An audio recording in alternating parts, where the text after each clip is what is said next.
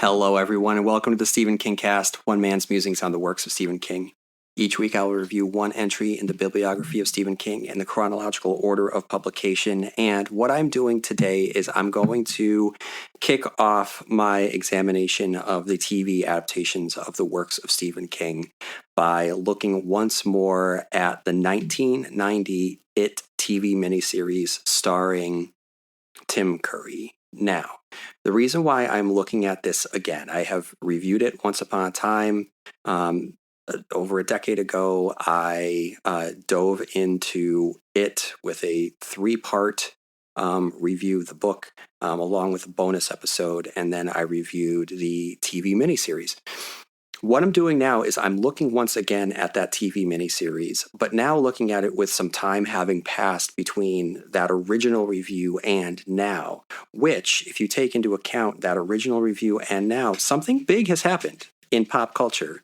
And what has happened was the release and the success of It Chapter 1 in 2017 and It Chapter 2 in 2019, and the more recent 2025 TV show on HBO, It Welcome to Derry.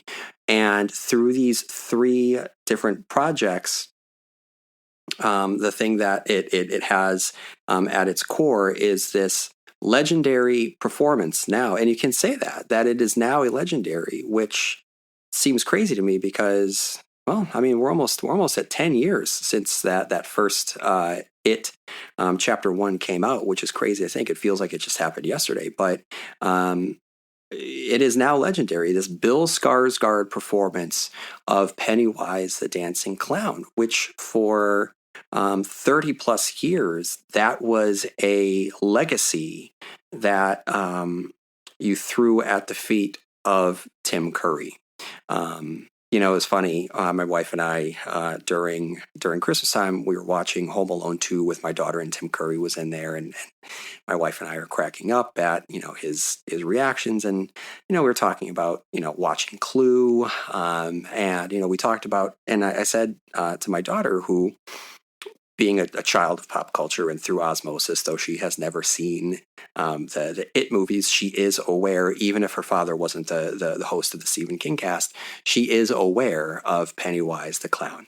That is the joy of pop culture, is that it doesn't matter where you are, who you are, but you're going to have these elements of pop culture, arrive to you. And the more that you are aware of something, even if you are not ingesting it or actively pursuing it, that is a sign of the popularity or the strength of a particular pop cultural character. And in the case of Pennywise, so I explained that Tim Curry, I said, hey, this particular actor, Tim Curry, he played Pennywise, back in the day, that he made Pennywise popular. And, we talked about that with her a little bit, because she has that image of what I think most people now recognize Pennywise being, which is the Bill Skarsgard version, with the, with the mostly white outfit and the white face and the red streaks going up his face and the 3, tufts of hair, as opposed to the much more colorful and classical clown look of Tim Curry with the big hair and the bald head and the big balloon nose and the big puffy outfit. That for generations was what defined that character, and I think, when I think of Pennywise, I think of that. I think of that image on the paperback, when the paperback was released around the time of that original ABC TV miniseries, of just his face against the darkness and how unsettling it was and how he's not smiling. And I went back and I rewatched parts of the original ABC TV miniseries, especially the Georgie boat sequence. And this is going to be the big debate, is who does a better Pennywise? Is it Tim Curry? Is it Bill Skarsgard? What's great is that we can have both. because both play these the character completely different from one another. Tim Curry, plays him more like a carnival barker, and Bill Skarsgard plays him like a real weirdo. Where it's just and I've talked about this before many times about how it's a thing approximating what a clown should be, whereas the version portrayed by Tim Curry is much more aware of itself and does present more human, more classically evil. But Tim Curry, being the master performer that he is, just go back and watch the Georgie boat sequence and the how hungry Pennywise starts to become and how serious he gets. Oh, they float. And how the way that his lips warble, it's so unsettling. And how serious he gets and how dangerous it is in that moment. And that has nothing to do with special effects. That doesn't even have anything to do with filmmaking. That has everything to do with pure performance. And if you want a fun performance, just soak up what Tim Curry gives us in that original ABC TV miniseries, which isn't to take anything away from the Skarsgård performance, which is still wonderful. But so much of it also is hampered by unfortunate CGI and special effects, which was very, very evident during It Welcome to Derry, where so much of what we were provided in terms of that character of Pennywise and it as an entity, it was hampered by special effects. So what I want to do right now that I'm talking a little bit about these two projects, these two properties, let's just kind of break apart a little bit these differences and the two ways of tackling this adaptation of Stephen King's seminal work. So what I really want to give a lot of credit to was the faithfulness of the ABC TV miniseries, because it presented it much in the way that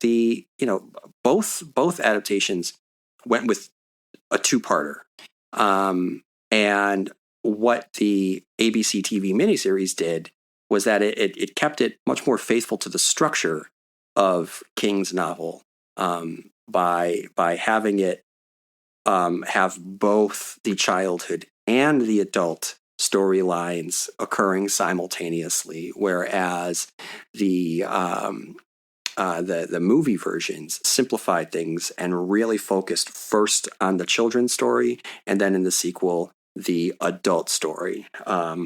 Now, what I celebrate in the ABC version is what I also celebrate in the movie, which is I celebrate the fact that it is much more faithful in the ABC version, and I celebrate in the movie versions that they tried something different. And I think that for the movie version, in splitting it that way, in simplifying it that way, it made it very palatable to audiences, which I think then allowed for a greater level of reception for the property itself, for the movie itself. I think that by keeping it solely on the kids in that first movie, if you had intermingled it with the adults, knowing that a sequel was on its way, I don't think that it would have been the massive success that it was. I think that the movie, just allowing itself to be a movie about kids fighting this evil clown, made it very, very accessible to everyone. And I applaud the streamlining it the way that they did. But with that being said, the ABC TV miniseries, by keeping it the adults and the kids storyline at the same time, did allow for it to feel more like the book does in a way that the big budget Warner Brothers movie does not.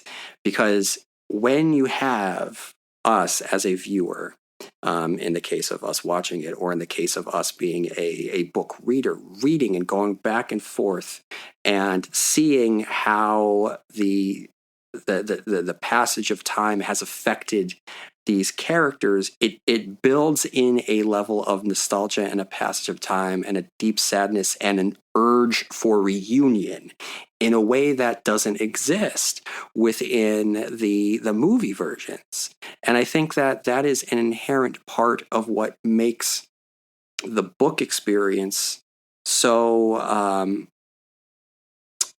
so enduring, because it speaks to us as though we are members of the Losers Club and we have lost touch with the other members of the Losers Club, and we seek to reunite with them.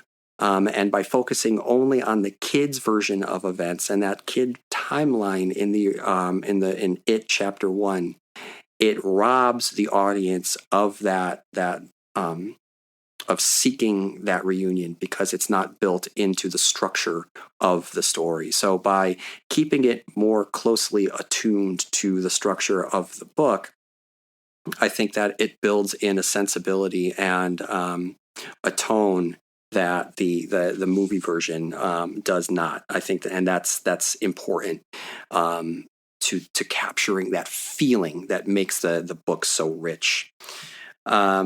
In terms of the tone, I actually might show the original version to my kid. It is very tame by modern standards, and she just was able to watch Stranger Things. So I imagine that she would be able to watch the original ABC TV miniseries. I would not show her It Chapter 1 or It Chapter 2, because the ABC TV miniseries, having been broadcast on network television, it relies on the performances to be scary and what it implies, rather than showing anything overly gruesome. And Tim Curry's performance is creepier, not in a big jump scare, threatening way, but in a psychological, creepy, unsettling, mocking way, which isn't to say that there aren't just images that stick with you. Again, like I said, I rewatched that incredible "Don't You Want a Balloon" sequence where he's looking up at him from the sewer grate. But I also watched the Pennywise being spotted in between the billowing sheets. And that one shot of him not smiling, it's terrifying. It terrified me as a kid. It's given me goosebumps just talking about it. And that is, again, going back to the strength of Tim Curry and how lucky we were to have him portray this character who, for 30 years or so, he put this character on the map, and then Bill Skarsgard was able to come and carry on that torch. But let's not forget who put this character in firmly in the firmament of pop culture, horror, and just pop culture in general.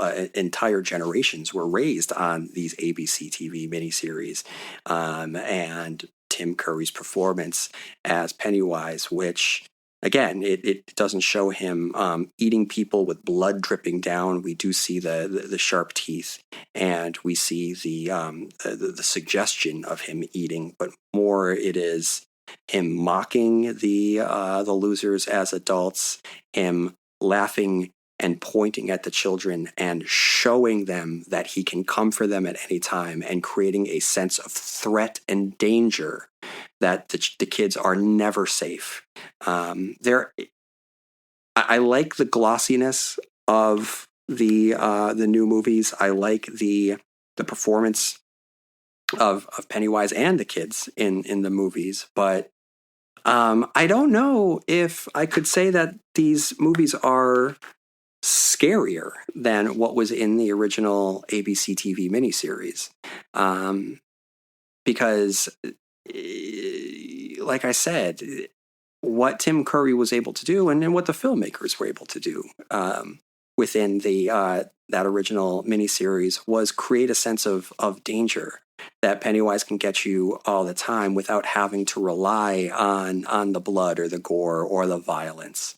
All of that's implied. We're talking about dead children, but by showing it so much in the newer movies, I guess that it's what you want out of your horror. It's what you want out of your scares. What do you find scarier? Do you the subtle or the overt?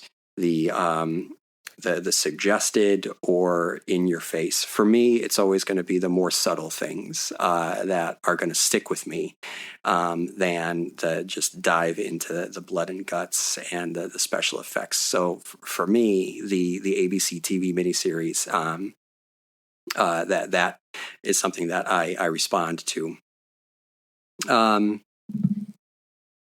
But one thing that I thought was incredible about the recent movies was making the decision to set the original timeline in the 1980s. I thought that was an incredibly smart move, which again, I think that was able to capture a nostalgia, a current nostalgia that spoke to adult audiences and younger audiences in a way that if they had kept it faithful to the book, would not have resulted with the level of success. With that being said, when this came out in 1990, by setting it in the 1950s, that original timeline, you are then speaking to the level of nostalgia that audiences at that time were feeling. So that makes perfect sense. But that's just something that should be noted as well. But, what's great about this is that it doesn't matter whether you celebrate or prefer, I should say, the original ABC TV miniseries or the newer one, the newer movies.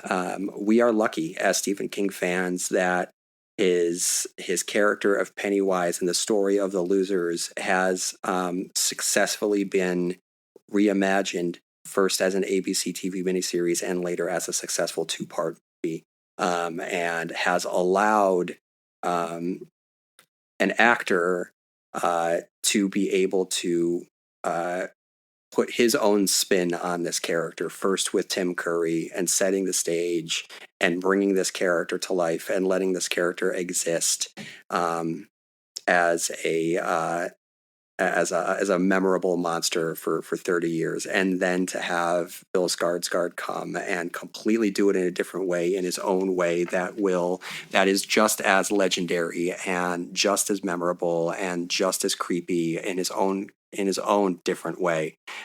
Both performances should be celebrated, as should both productions be celebrated. But I'm not here to just talk about the It Chapter 1 and Chapter 2. I am here today really to talk about the ABC miniseries, which, like I said, allowed Tim Curry to be able to put his stamp in the annals of horror forevermore by creating and bringing to life this living, breathing, moving, call it a movie monster, even though it was on television. But he was able to provide and present this character on a silver platter to pop culture, and through this performance, scared children for generations. So thank you, Tim Curry. Thank you, ABC TV miniseries of It. And without further ado, here is the original review. Enjoy. Hello, everyone, and welcome to the Stephen King Cast, one man's musings on the works of Stephen King. Each week, I will review one entry in the bibliography of Stephen King in the chronological order of publication. As you probably know by now, the last month has been dedicated to the 1,000-plus page sprawling epic of time, magic, childhood, friends, and monsters, the horror classic It. I spent 3 weeks analyzing the novel itself, provided a bonus episode on its connections to the Dark Tower, and this week I'll examine the popular 1990 ABC TV movie that popularized the main character and established its rightful role as the king of scary clowns due to the magnetic and unforgettable performance by Dr. Frankenfurter himself, the always incredible Tim Curry. Now, just a brief look back at the movie. It came out in the fall of 1990 on ABC, and for me personally, it made me want to read the book. Watching commercials of Tim Curry as Pennywise stuck with me. That image, him holding the balloons, laughing, pointing at the screen.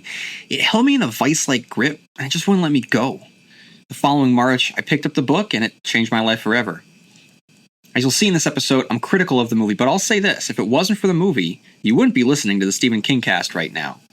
The commercials for that movie drove me to find the book, and the book sank its claws in me and kicked off an obsession that lasted until today, though, despite a weekly podcast, I wouldn't call my current status an obsession. If you were to chart my fandom status, my obsession peaked probably around 16 years old when I was rereading a number of his books, trying to connect them to the Dark Tower. There was a good chunk of my time in my 20s post-Dark Tower series where I was just simply a casual fan. But anyway, back to the here and now. Today we're looking at the two-part TV movie, which is very much like your memories of childhood. Some good, some bad, and a lot's probably pretty forgettable. It currently holds a 6.9 rating on IMDb and a 67% on Rotten Tomatoes, so it's considered below average, but regardless of the average rating, one thing that will withstand the test of time is Tim Curry. There are iconic Stephen King character adaptations, love it or hate it, but Jack Nicholson's Jack Torrance is one, Sissy Spacek as Carrie is another, Kathy Bates as Annie Wilkes is another, and right at the top is Tim Curry as Pennywise the Dancing Clown. If you don't like the ABC TV movie, that's fine. I don't blame you. But I will fight you if you don't think that his performance is anything less than stellar. To say that it's terrifying and magnetic is a complete understatement. Now, as you know, it is being remade as a two-part theatrical release helmed by True Detective's Corey Fukunaga. The success of True Detective's stunning direction has a lot of people eagerly anticipating what he has in store for us. On my Facebook page, I posted a couple scenes that show off what he'll be able to bring to the table. One is the slowed-down, atmospheric reveal of the gas mask, underwear-clad, machete-wielding villain. Just thinking of that scene played over Matthew McConaughey's monologue about the monster at the end of our dreams with the thudding drones of the music. It just gave me chills. It's a storytelling moment that did wonders with the tone of the series and created a genuine threat with that particular character. Another scene that I posted was the montage of Matthew McConaughey, again, switching out cocaine in the evidence room while Lucinda Williams' Are You All Right plays. Again, it's a scene that provides a lot of information, and I keep imagining a clever montage of the losers, either past or present, played over an appropriate song. These are just two examples of what he can do as a director. I mean, the entire last episode plays like Fukunaga's audition tape for the level of dread that he'll be able to build in that movie. In that particular episode, we're treated to disturbing visuals, creepy character interactions, a terrifying showdown in a cramped subterranean maze with cosmic overtones. If you haven't watched True Detective, you should for a number of reasons. But from a Stephen King fan perspective, you need to watch it while imagining what Fukunaga is able to do. And of course, the first two acts of the show are built with the dual narrative of past and present characters, much in the same way that the novel is structured around the past and present losers. So it's perfect. I mean, no one's doubting that from a directorial standpoint that Fukunaga is going to knock it out of the ballpark. The only question mark, and it's a big question mark, is he going to be able to cast an actor that can step out of Tim Curry's shadow? The success of the movie is going to ride on the actor's ability to put his or her own stamp on the character, much in the same way that Heath Ledger had to make audiences forget Jack Nicholson when he stepped into the role of the Joker. Whoever gets cast is immediately going to be compared to Tim Curry. It's going to be tough. It'll be a challenging undertaking for whoever gets the job, which is why I believe that they're going to be incredibly strategic when selecting the actor or actress. And I say actress because it wouldn't be a bad move at all to recast the role for a woman. Keep in mind that the pronoun used when describing the character isn't him, but it. So if it was cast with a male, there's nothing to say that it can't be cast as a female. I know that a couple fan casting websites, Tilda Swinton has been mentioned. What better way to distance yourself from the Tim Curry role is there, but by switching genders completely? I think it could work. Now, whoever they get, I think it's going to be a huge casting announcement. First of all, in order to get out of the shadow of Curry, they're going to have to go big. Secondly, Warner Brothers made the decision to produce the movie under New Line Cinema in the hopes of reinvigorating their horror property. Keep in mind that New Line Cinema was always known as the house that Freddy built. The fact that Warner Brothers, who's also producing the big budget 4-part epic The Stand, wants to use it to rebrand its sister studio, it's a big show of faith in Fukunaga, and makes me believe that if this is their intention, they're going to swing for the fences much in the same way that they did with the casting of Matthew McConaughey as Randall Flagg in the aforementioned Stand remake. So the question is, who could they get? Unfortunately, I don't think they're going to get Tim Curry. Let's just put that up in front. I mean, I think that if they were able to get Tim Curry, it would be an amazing bit of casting. I mean, what better way to reinforce the cyclical nature of it than by casting the actor who put the character on the map almost 30 years ago? You know, it would be a great meta move, with the viewer having memories of the clown, much in the way that the losers have memories of the clown. And it would squash any question of whether or not the actor could top Tim Curry. The question would be, could Curry top himself? Now, I don't believe that this is a possibility, because I've heard that he has some health issues that would rule him out of contention, which is too bad. But it opens up the door for another actor, or, like I said, actress. So who does that leave? So here are some possibilities that I've heard floated around. Now, keep in mind, these are not official rumors. This is nothing from the producer or the screenwriter or the director or the head of the studio or anything. These are simply fan casting rumors. Not even rumors. Fan casting hopes and dreams of actors that they would like to see. So I'm only putting it out there as fan enjoyment and not as anything resembling news. I just want to put that right up there. But here are some fan casting actors and actresses in the part of Pennywise the Dancing Clown. Number 1 is Crispin Glover. Much in the same way that the fan community wanted him to play their Joker, it looks like they want this guy for Pennywise. Now, personally, something about him just seems a little too creepy right off the bat. You know, as I'll get into, part of the reason why Curry is so memorable is that he has a charm that lures you in. That doesn't mean that's the only interpretation of the character that you have to go with, but I personally believe it's the right interpretation. And I don't know, I just think that Crispin Glover would be creepy without that charm piece. Number 2 is Tony Todd. It's Candyman. It's Death from the Final Destination movies. Would Tony Todd be good? I don't know. I mean, he'd certainly be creepy, but would he be animated enough to pull off a clown? That's the question. Number 3 is Tilda Swinton. Again, I think in clown makeup, it should be terrifying. But I have a hard time visualizing her being anything but terrifying. Again, that charm piece, can't see her luring us in. Number 4 is Gary Oldman. Now, we know that Gary Oldman can pretty much do anything. He can play villains like nobody's business. He can play a smooth operator. He can play an overworked public employee hero. I think this would be a safe and unflashy casting move. And it's the reason, because it would be safe, is the reason why they wouldn't give it to him. Number 5 is, if New Line Cinema is the house that Freddie built, why not bring it back full circle and have Freddie himself, Robert Englund, play the role? It'd be a meta move and would be buzzed about, but I think that we know what we'd get, and that's why we wouldn't get it. Now, here are some ones that I haven't seen that I'm just putting out there. The first I put on Instagram a few months ago, and it was seeded to me a few years ago by author Joe Sherry, who came up with the idea. And that's Eddie Izzard. Now, it's not your obvious choice, but this guy oozes charisma, oozes it. He's versatile. He's ridiculously charming. I think that he'd be able to lure you in and then bite off your arm. If you haven't seen anything with Eddie Izzard, you can definitely go out and watch his performance in Hannibal most recently, where you really get to see the sinister nature of him. I just recently watched United States of Terror. Actually, I was surprised that he was in it. And then there was a Brian Fuller pilot that never made it. It was the Monsters reboot, Mockingbird Lane. And he played Grandpa Munster, and he was great. And I wish that the pilot had gone to series just to see more of him. So he's someone that could, it's not even to say pull it off. I mean, he could knock it out of the ballpark. I think that would be fantastic. Number 2, all right, is one that I would love to see. I'm very excited about the possibility of this one happening. And that is Bryan Cranston. It's Walter White. He's established himself as a TV legend, and he's one of the hottest buzzed actors working today. Walter White working with True Detective's Corey Fukunaga would be a fan's dream come true.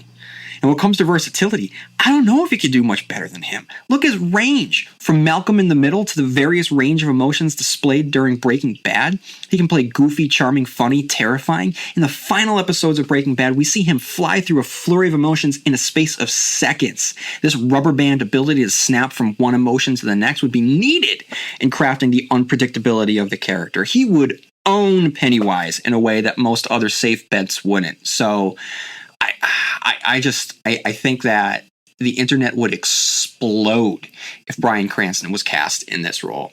But I think that explosion would pale in comparison to the next person that I would like to see take the role, and that is the one, the only, Tom Hanks. Think about that casting announcement. You think people talk about Matthew McConaughey being cast as Flag? That would pale in comparison to the amount of pieces written about Hanks as Pennywise. Then think about Hanks as Pennywise. Think about how much you like Tom Hanks. Think about his likability. What better actor to lure you in? Remember that the part of Pennywise's terror is that when he's first presented, he's incredibly pleasant and nice. If I saw a clown in the sewer, I'd run, so that whoever you get, that person has to be able to lure you in with charm and kindness. So what better actor to lure you in than the nicest guy in the world? That would be so awesome to see. So any one of those three, Eddie Izzard, Bryan Cranston, or Tom Hanks, would be great in my opinion. So, but I've kind of got my mindset on Cranston and Hanks now. And maybe I shouldn't have thought about this, because if they get anybody else, I'm going to be disappointed. Now, what about the losers? Here's some fan casting that I've heard. Listener Jerry emailed me back in December from wordandfilm.com. And the article writes, "Constant readers rejoice. Stephen King's It is finally well on its way to a big screen adaptation. The 1986 novel follows a group of 7 kids being terrorized by a predatory shape-shifting entity who most often takes the form of a clown. The children later return to fictional Derry, Maine as adults to stop the creature once and for all. It is a coming-of-age tale and a bittersweet examination of the loss of innocence. King's 1,100-page tome, or is it tome? I never know, was originally adapted as a made-for-TV movie in 1990. Despite that version's low budget and questionable effects, it was a solid adaptation in its own right and sported a pitch-perfect cast anchored by a chilling performance from Tim Curry as Pennywise the Clown. We already know that the latest adaptation will be split into 2 films and helmed by True Detective director Corey Fukunaga, who is also writing the screenplay. So the question to answer now is, who exactly will fill out the ensemble cast? And this is who they say. Bill, played by Peter Krause, which I think would be great. I really like Peter Krause.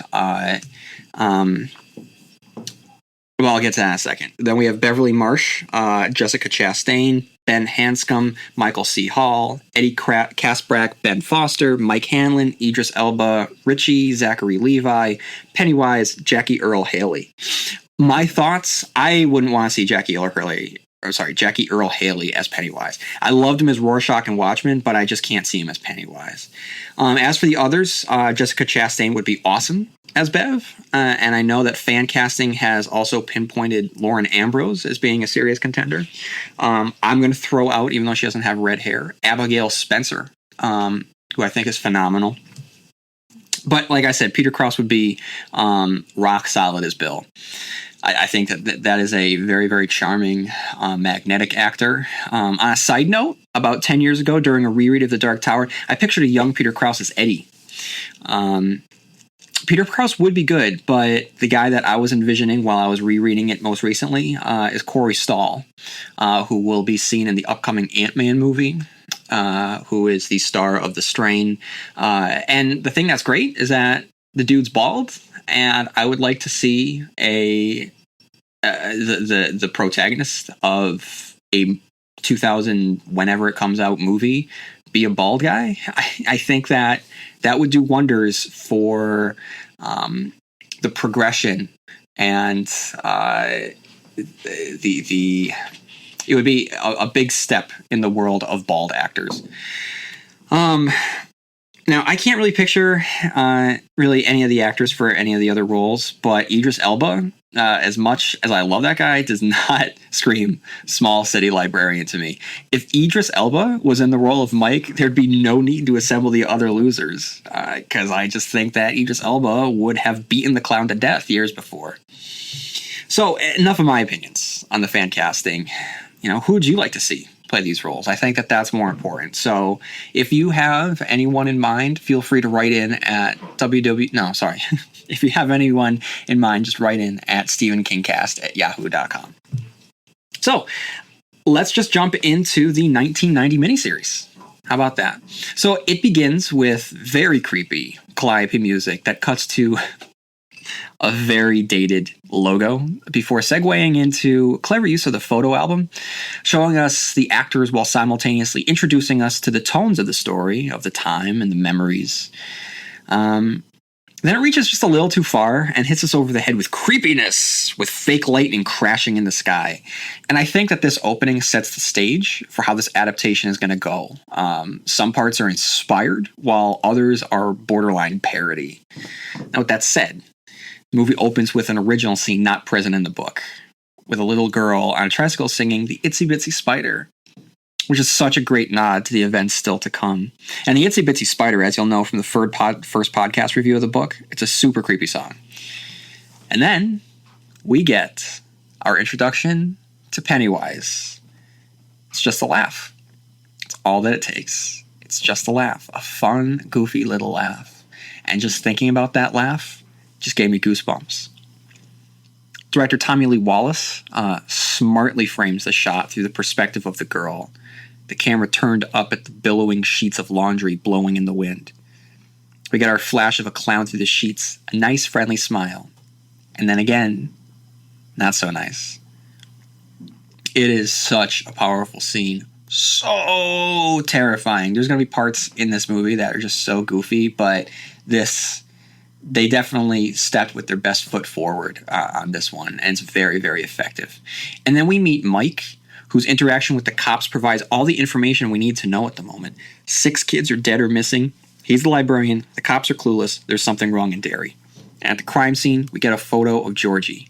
What's great here is that all of this was in the book, but it wasn't emphasized. I really like how Tommy Lee Wallace took this scene, placed it up front, and used it as our hook. It works really well. The viewer wants to know why a dated picture is at a crime scene and why it has such an effect on his character. And I like it because, like I said, it's from the book. It's just it placed in a different part and overemphasized where in the book that it didn't. And this is what I love about adaptations. This is why I don't like when a movie just takes the book and the way it's in a book and just transplants it on a screen. This was a wise decision. It feels familiar, but it feels fresh at the same time. If the movie ended there, I'd give it an A.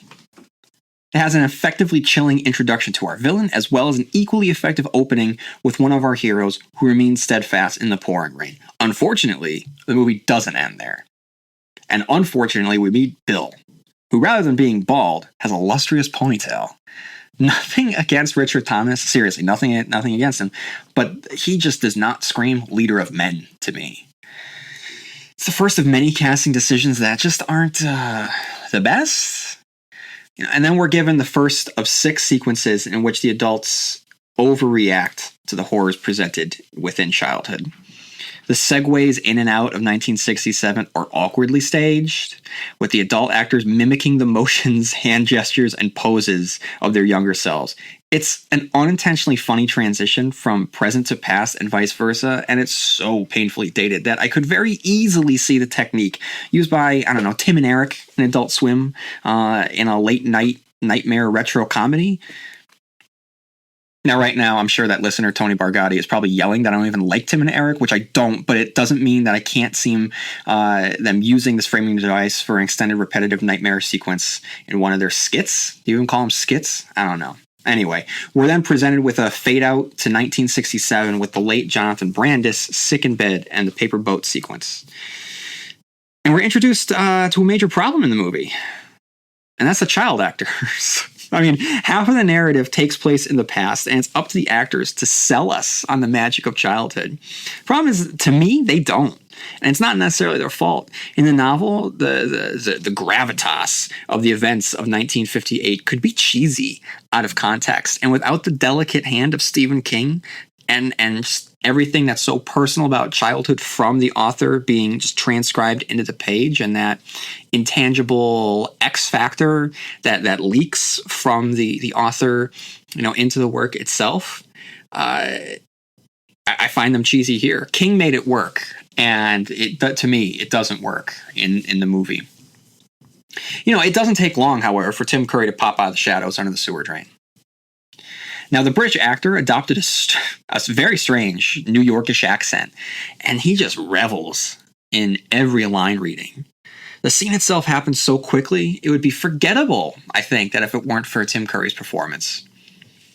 Though we first spot him from behind the flickering clothesline, this is his true introduction, where he provides his name to the audience, and it's this scene where Tim Curry reveals the threat of the character. Again, he throws himself so deeply into this role, you can tell he's loving it. He seems to savor every line reading, and the first time he says, "They float," he reads it with such a hungry satisfaction. It adds a little nuance to what could have otherwise been a one-note scary clown character. I'm going to play a clip from that scene where Tim Curry delivers that particular line reading, and just pay attention, like I said, to the nuance of this line reading, because it is incredible. Do they float? Oh, yes. They float. They float. And when you're down here with me, you float down! Every time I watch that scene, I am awestruck at the performance of it. I just played the audio, but if you get a chance, go back and watch the scene itself. All you have to do is just Google it or YouTube it. Just watch the way he moves his mouth. Watch how he slows down the character's mania, and all of a sudden his smile is gone. By the time he builds up to his shout of "You'll float too," the menace is so tangible. I think that he's going to reach through the screen and grab me instead. And again, whoever they get for the remake, I don't envy the person. I honestly don't, because I don't understand how you can capture the essence of that scene the way that Tim Curry did. And as you know, I mean, "They all float" and "You'll float too" has become almost as famous as Red Rum, or other, Stephen King catchphrases. "Here's Johnny, you'll float too." I mean, they're up there. So whoever has to say that line next, has to put their own stamp on it. And I can't imagine anyone else other than Tim Curry delivering that line. Anyway, we then meet John Ritter as Ben, who is now a New York playboy rather than a Midwestern loner. Now, here's the thing with John Ritter. I think he would have made for a good almost any other loser of the group. I think he would have made for a good Richie in his own way. I think he would have made for a good Eddie in his own way. I think he would have made a good Bill. But to me, I don't know why, but to me, he just doesn't seem like Ben. To me, it just doesn't work. Regardless, I like John Ritter. I like John Ritter's presence. And he just seemed like such a nice guy. And I think that's a loss that he's no longer with us. It's unlikable about him. And I distinctly remember with his death how no one had anything bad to say about him. And like the behind the scenes, clips they would have of him, like how funny and kind and how on he was all the time. That's why I think that he would have made a good Richie, because he seemed to have this spirit that just couldn't be stopped. But regardless about John Ritter, I don't understand why the character, who is an architect, an award-winning architect at this point, has a phone on his bed with at least 10 feet of cord running up the middle of his room. With Ben's flashback, we meet most of the other losers, including Stan, who's actually dressed as a 2015 hipster, bow tie and suspenders. We meet Bev, who introduces herself to young Ben, who in the movie has just arrived to town. One thing they change here is the attack on Ben. Here, it happens in the school year. The importance of the scene in the novel takes place on the last day of school. And I think that it's very strategic and very purposeful that it takes place on the last day of school because it foreshadows the darkness looming over the summer and the looming end of innocence. So to have it just take place smack dab in the middle of the school year, it doesn't work on the same magical level.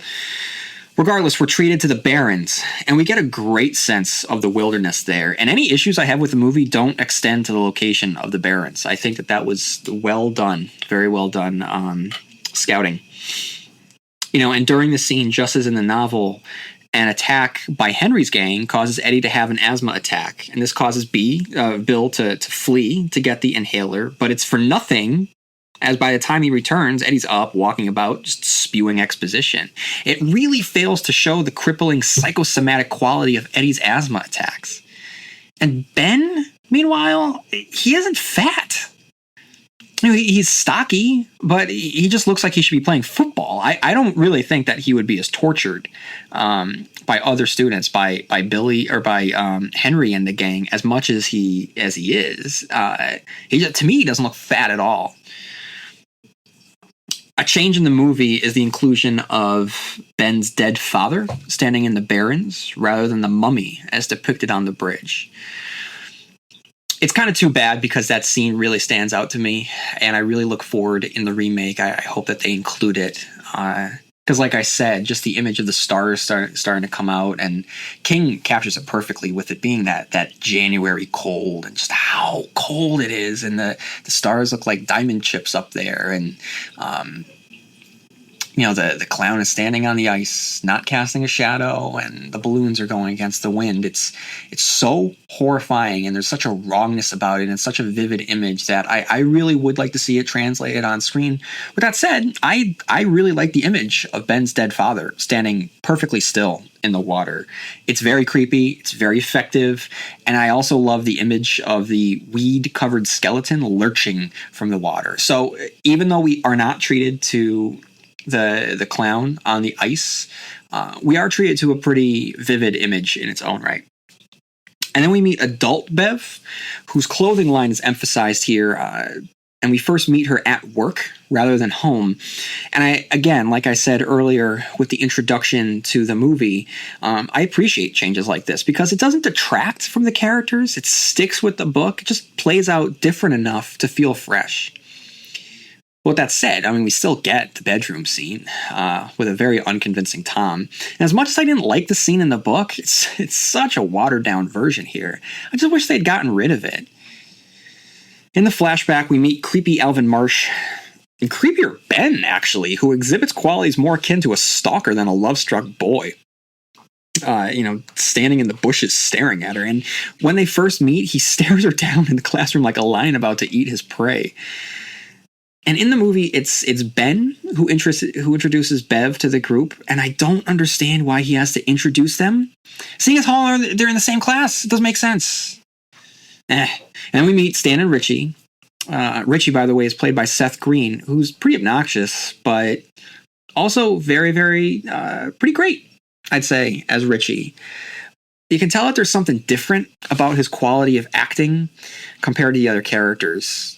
I would say that of the child actors, he's clearly the most famous of them all in the long run, and probably for good reason. He comes onto screen with so much more of an assuredness than the others. And whatever that X factor is, Seth Green has it much more so than his peers in these scenes. We then meet Eddie, who is no longer married and lives with his mother, who is more bird-like and a crone than obese. And then we're treated to the flashback in which we receive some pretty serious timeline inconsistency, with Eddie telling the losers that he wished the summer would never end. So we're in summer, and seconds later, his mother tells him he can't shower with the other boys at school this week. So it's stuff like that I have issues with, and I don't understand the necessity to keep placing it in school. And when Eddie showers alone in the giant room, we get an original scene with Pennywise rather than the book's leper. And I don't mind the change. I think that it's very effective. I think that it works. It's super creepy. And Eddie seems so vulnerable there. So I think that that's good. It was a good move. By the time Eddie's story rolls around, the issue that I have here is that it's pretty clear that Pennywise isn't even trying to kill them. Which is an issue to me. In the book, the kids band together in part because they're survivors of the clown. There was an attempt on their lives, but they survived. And they managed to escape. Here he just taunts them as if he knows they're going to gang up against him. This is a major issue that I have with the movie because it renders the villain pretty weak. And if it wasn't for Curry's performance, he'd be a pretty ineffective character. And what's the point of taunting them when you could just kill them?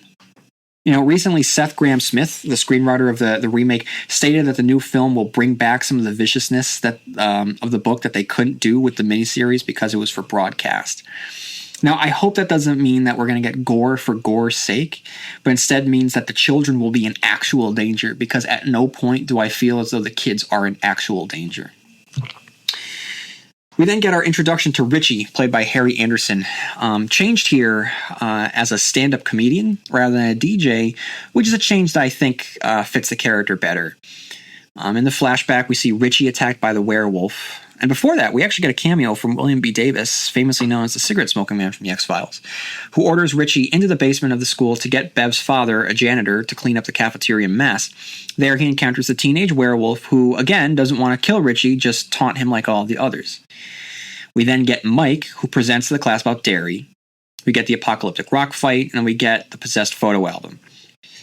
Now, if the movie is cheesy, and it certainly is, one thing that works so well is the moving picture and Pennywise doing cartwheels down the street before jumping to the front of the picture and telling the kids he'll kill them all, even though when given the opportunity, he doesn't. Too bad it ends with Stan screaming no and the kids saying yes. And I know that that's not a great description, but it's just something that just works on the page.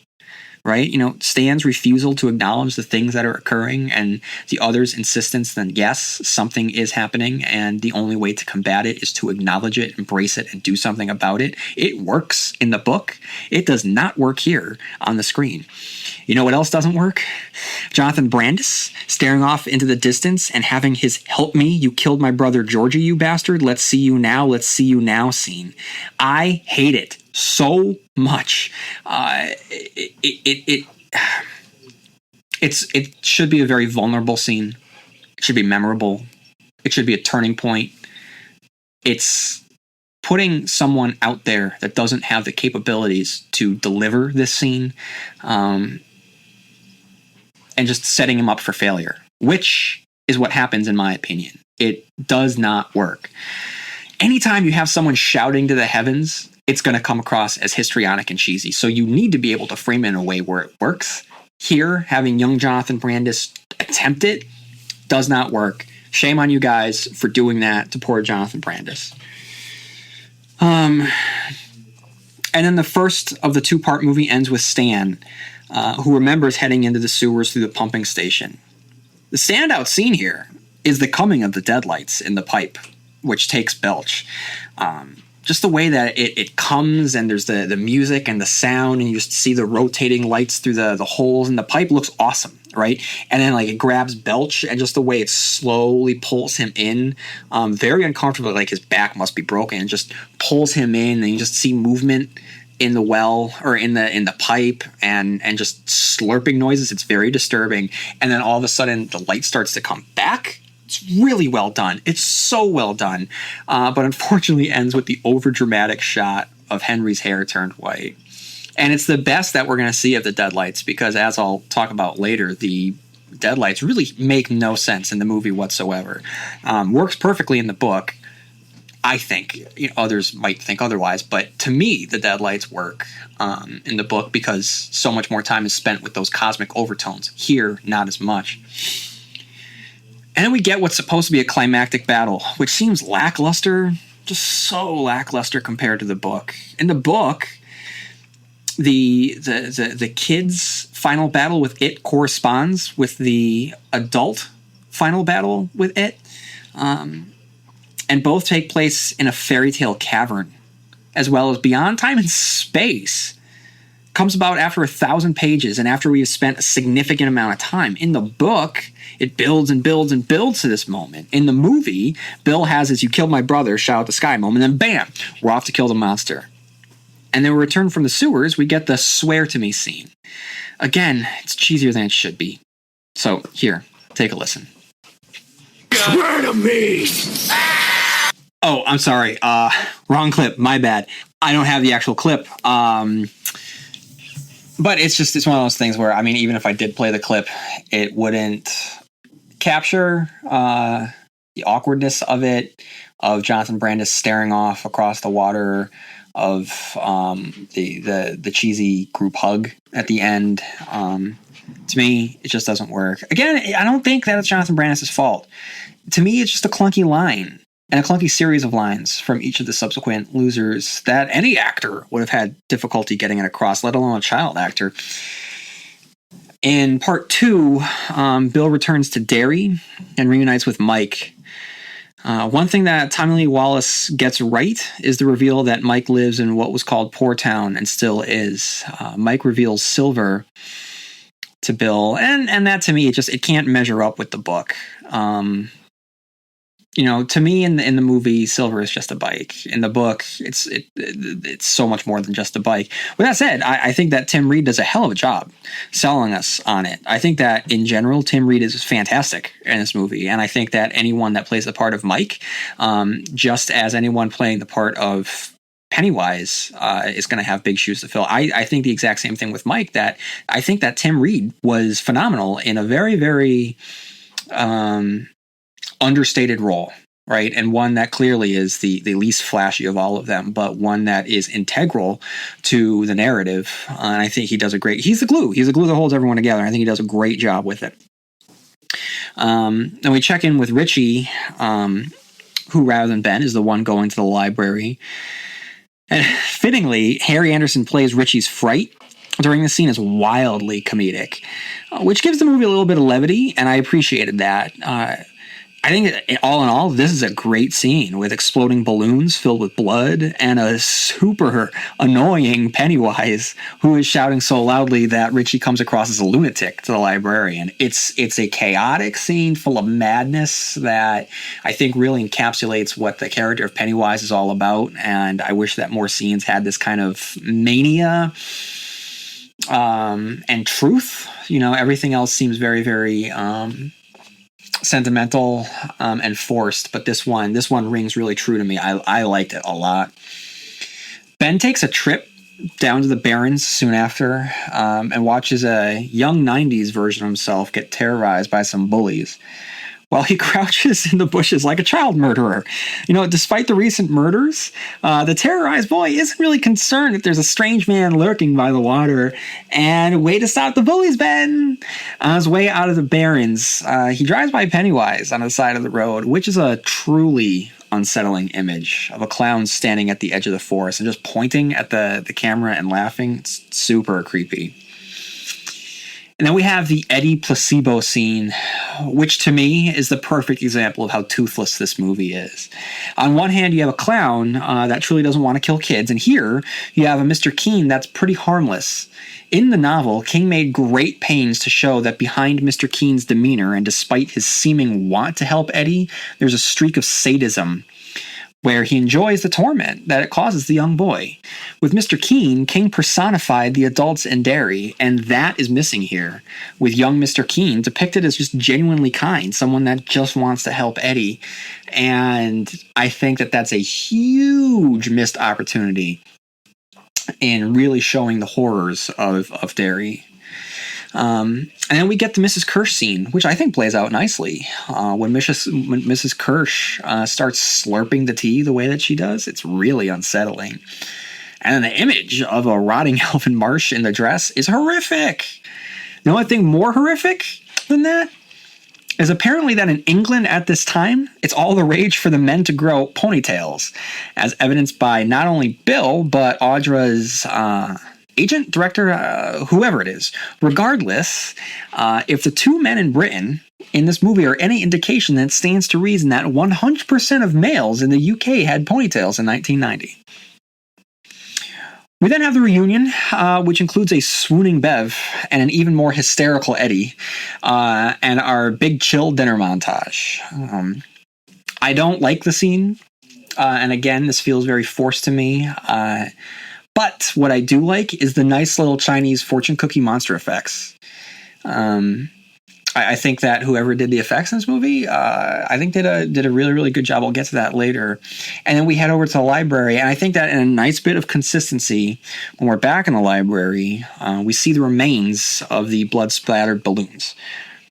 After they find out that Stan is dead, Bill recounts Stan's encounter with a clown in a scene that merges Ben's mummy on the bridge with the standpipe and the house on Nightbolt Street. So we get some elements of the book played out very, very differently here. And again, they reference the deadlights. Well, like I said before, without the cosmic portion of the story, the deadlights just don't make any sense. And we're given a Ghostbusters scene in the library where the books start flying off the walls. Okay. All right, everybody. So the solution is they form a circle and hold hands. Now, if you watch the guys in this scene, especially Bill and Ben, it looks like a very specific type of circle, and it looks like they're doing a lot more than just holding hands. Seriously, watch this scene with the context that I just provided, and you will never be able to watch it any other way again. And then later, Mike fills in the gaps for the losers. And we learn that the cycle takes place 30 years, every 30 years rather than 28, which makes sense. And I'm glad that Tommy Lee Wallace or whoever wrote the screenplay just rounded it up. 30 is a nice round number. It's small detail, but whatever. We also learn that through telling rather than showing of the adult's decision to ignore the horrible things in Derry, when Bev relates the story of the neighbor walking away from her harassment at the hands of Henry. And it made me realize in this scene that so much of this movie is about telling rather than showing. And that's why I believe that the Adrian Mellon and the Black Spot scenes from the book are so important with demonstrating the real horrors of Derry. Now, I stated in a previous episode, I don't know which number it was, but it was one of the It reviews, that these interludes that aren't essential to the narrative, but so essential to the tone, would work wonders as short films or webisodes presented online before the movie's release. That way it lays down the groundwork for the history of the town, as well as laying down just the groundwork for the intangible horrors within Derry, without ever taking away the time needed for the central narrative. And I think that it would be a viral success. I think that people would be talking about it if we knew that, every couple weeks or once a month for 6 months leading up to the release or whatever, we would get a small little mini movie, 5 minutes, 10 minutes. I think that would be incredible. And what a great countdown to the movie's release, or even in between, part 1 and part 2. Regardless, I just think that with fan interaction being what it is today, marketing a movie can be so much more than just trailers. And later, all of the characters go to the rooms they've rented. Even Mike, who owns a home in Derry, and then Henry attacks Eddie. He attacks Mike, and the scene from the book is consolidated here because in the book he attacked Mike in the library, Eddie in the inn, and so now he just has the attack take place on Mike in the inn with Eddie being there, and the library is cut out entirely. To me it just doesn't make sense with Mike being there in a rented room when he doesn't make that much money. He owns a home in Derry.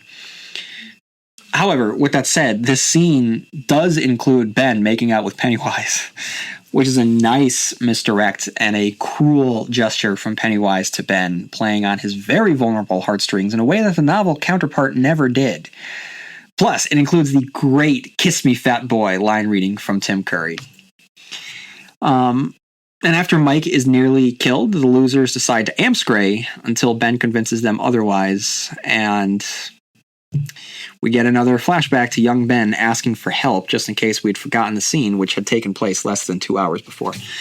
They head into the sewers through the pumping station one more time for their final encounter, which is where the movie seriously goes off the rails in the worst way possible. Now, I have said this before, and a lot of people simply do not like the reveal of the spider.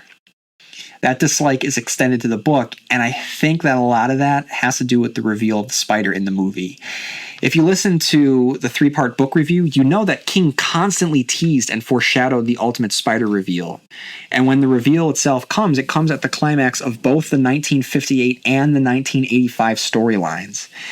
It's a great 1-2 punch that is sorely missing here. Also missing is any of the macroverse, the ritual of Chud, and the turtle elements, which make the spider reveal here come out of the blue without any sort of universal or cosmic context. So here, it's just a spider. It's a physical spider whose heart they rip out, as they do in the book. But again, in the book, the real battle happens in a place beyond time and space, where the consequence of losing the battle is being trapped in another space for eternity. In the novel, it's a cosmic monster of Lovecraftian descent. Here, it's just a big spider. The spider looks more like a crab, actually. It's a truly awful ending. There's not much to discuss other than every single thing about it is terrible. The fireworks exploding into deadlights, the fact that it has taken the form of a giant spider that could easily kill the losers, yet rears up to use its deadlight unibeam, pushing the spider over and pulling out its heart. The ending in the book is apocalyptic. You know, here the ending is just abysmal, as is the epilogue with Audra, Bill, and Silver riding down the hill. Again, it's something that works so well on the page, but without that emotional buildup, the moment's just not only unearned, but it's incredibly, incredibly mawkish. So, I mean, that's the movie. You know, I just think that if it wasn't for Tim Curry, we would not be talking about this movie right now. Now, with that said, there's one last thing that I want to talk about before getting into the book versus the movie, and that's the effects. From the clown makeup to the burbling blood in Bev's sink, the skeleton climbing out of the water, the werewolf, the mummy, rotting Alvin Marsh in a dress, the Chinese fortune cookie creatures, the "this is battery acid, you slime" moment. The thing that I'm most impressed with after Curry's performance is the quality of special effects. And even though the spider is a reveal, it doesn't translate well and won't make the cut in the remake, according to Corey Fukunaga. You have to give ABC credit for doling out the cash to build the spider puppet. You know, I don't think it looks good, but, you know, I have to give them credit for going there with it. It didn't work out. But to me, all the other effects look great. And they're practical. And it makes me worry that in 2015, when the movie eventually comes out in 2017, 2018, that's going to be CGI. So that makes me worried, because that's just the reality of movie making nowadays.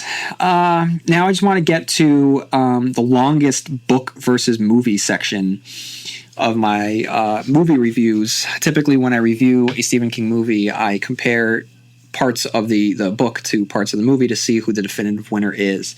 So this one's going to take a while. So the first is we have the house on Neibolt Street versus the pumping station.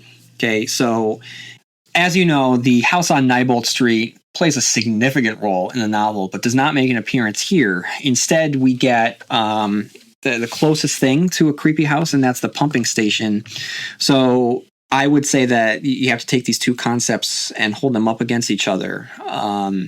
And to me, it's going to be the house on Neibolt Street, because the pumping station doesn't have a personality. Not too much time is spent there. It's simply a plot device to get into the sewers, whereas the house on Neibolt Street is almost a character into itself.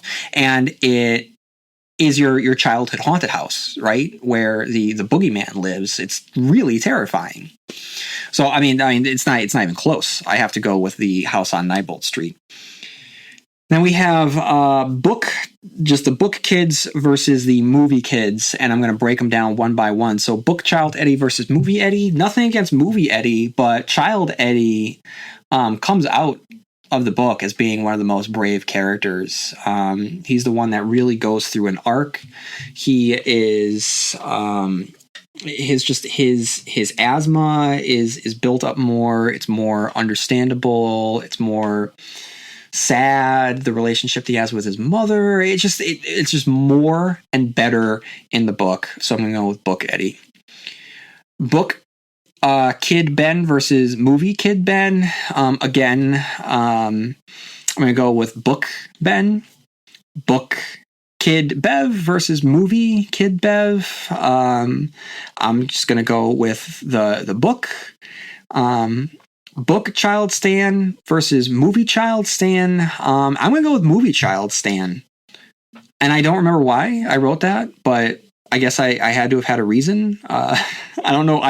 I wish I could tell you more, but in my notes I wrote movie child Stan, so I'm going with that. Then we have Bill Kid versus movie Kid. I'm sorry, Jonathan Brandis, but I have to go with the actual leader of people, and that's the book.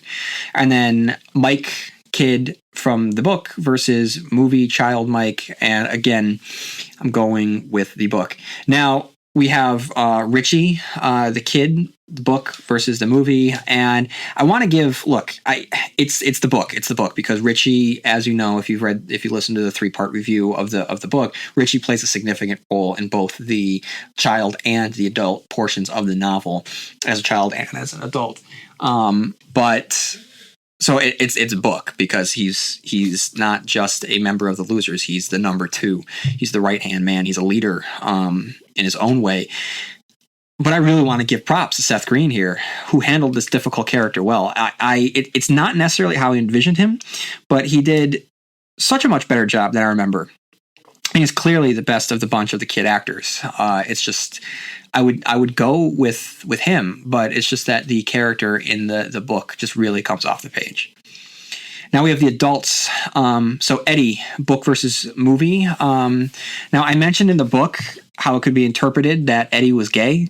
And I think that the same argument could be made here for movie Eddie, who in the movie is depicted as a lifelong bachelor, a virgin who has never slept with anyone because he claims he never loved anyone. And his confession before he heads through the door feels like he's coming out to the group, or as much as a 1990 network television will allow, right? And the heaviness of the scene is completely subverted by Richie's "You're a virgin? I can't help you with that, pal," which I like. So it's my prediction that in the remake, the character will be gay. But that's just a side note. In between with the two characters, I'm going to go with book Eddie, because this interpretation of Eddie is just so much weaker, I think, than the others. More whiny, and I don't think he came across as whiny or weak in the book. Then we have Ben, and nothing against John Ritter, but I just think that he was miscast in this role. You know, like I said earlier, I think that you could have cast him as any one of the other Losers, and I think that he would have worked, but I just don't think that he works as Ben. I'm going to go with book Ben. Then Bev, Annette O'Toole does a good job, but I'm going to go with the book on this one. Stan, I'm going to go with the book. Bill, I don't think that I have to really answer that one. And then Mike, movie, boom. Tim Reed does an awesome job in this role. He sells us on the horrors of Derry in the beginning and throughout. And so typically in all of these, I'm going with the book, but I'm going with Tim Reed on this one. And then we have Richie.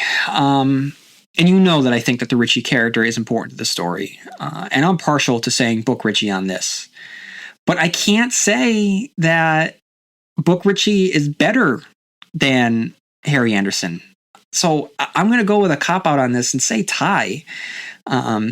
and it's partially because my wife is a huge Night Court fan. I think she'd kill me if I said otherwise. The problem with Richie in the movie, though, is that in the book, he's a strong character, a very strong force for good, constantly standing up to the clown. And here, he constantly voices his desire to leave. I think that it's an honest interpretation for a character to want to get the hell out of the town and not go into the sewers and not put his life in danger. But I just, it's not as noble a characteristic as the characteristics he has in the novel. With that said, I think that Harry Anderson is very magnetic as Richie, so that's why I'm going to go with a tie.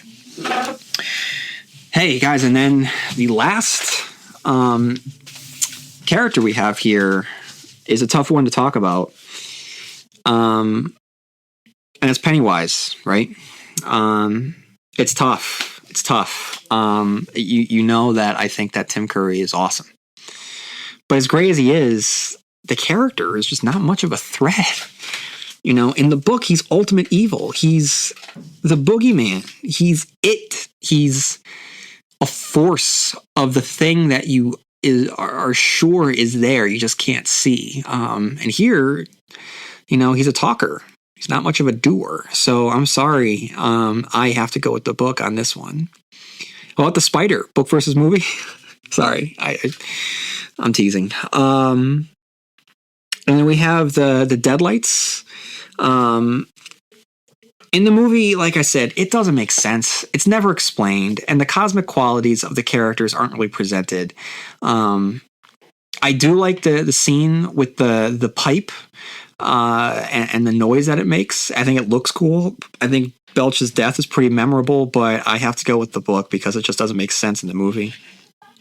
And the spider's lair. The book is so weird.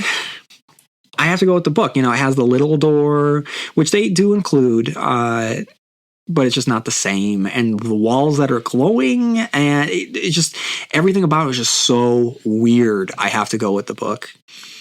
And lastly, I said that Pennywise was the last character, but I lied. The last character is Derry. And when comparing the book to the movie, it's very, very clear that in the book, Derry is a character. In the movie, Derry is a setting.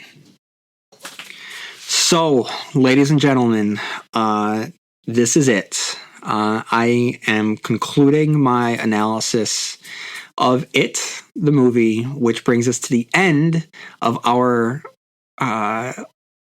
extended stay in the city of Derry, Maine. Everyone that has stuck around this past month, thank you for sticking around. This is the longest time that I've spent on one particular work. And it's not just because it was 1,000+ pages.